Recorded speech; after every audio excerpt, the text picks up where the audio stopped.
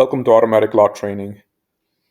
We get a lot of leads that have no names on them or have some generic name such as not provided or NA or other such things instead of the actual name of the customer or the lead name.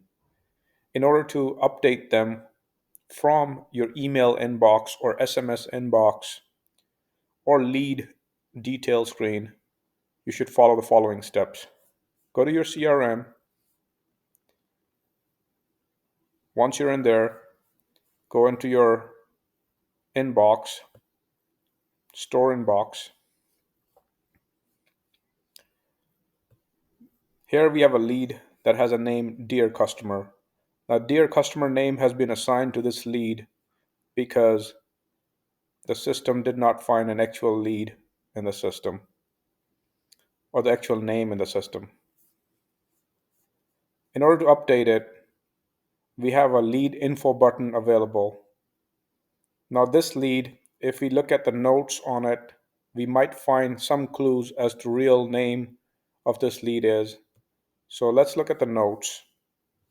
While looking at the notes, I noticed that there's an email address that has a name TYB Williams. So we know that there is a Williams in this name. And also looking at the notes, I can see there's a name Tyler that's appearing in this conversation as this lead was chatting with one of our online reps. So the visitor is basically a known visitor, and the agent has referred to him as Tyler's. So it's safe to say that this person's name is Tyler Williams based on these notes. Now let's go ahead and update the name from Dear Customer to Tyler Williams. Click on this lead info button. A lead contact information form comes up. You can add one or multiple names over here by simply clicking on it. In this case, we want to replace Dear Customer with Tyler Williams, so simply overwrite it and save it. And there you go. You have a name updated as Tyler Williams.